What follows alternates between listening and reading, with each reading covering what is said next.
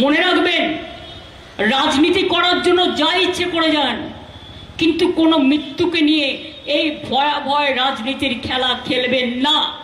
আজকে আত্মার প্রতি শান্তি জানান, পরিবারের প্রতি সমবেদনা জানান, যাতে এই সামাজিক ব্যাধি আমরা সবাই মিলে, আজও যদি একটা ঘটনা ঘটে, যারা ফেসবুক আর সোশ্যাল নেটওয়ার্কে টুইটারের মাধ্যমে সস্তার রাজনীতি করবার জন্য আয়নায় নিজের মুখ দেখছেন না, একটা ঘটনাকে কোথায় দুঃখ জানাবেন, তার শান্তি কামনা করবেন, তার পরিবারকে সমবেদনা জানাবেন, তা না করে সিপিএম বিজেপি আপনারা রাজনীতি করছেন।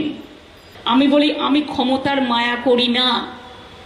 আমি মনে করি যতদিন বাঁচব মানুষের সেবা করে যাব, মানুষকে জাস্টিস দিয়ে যাব।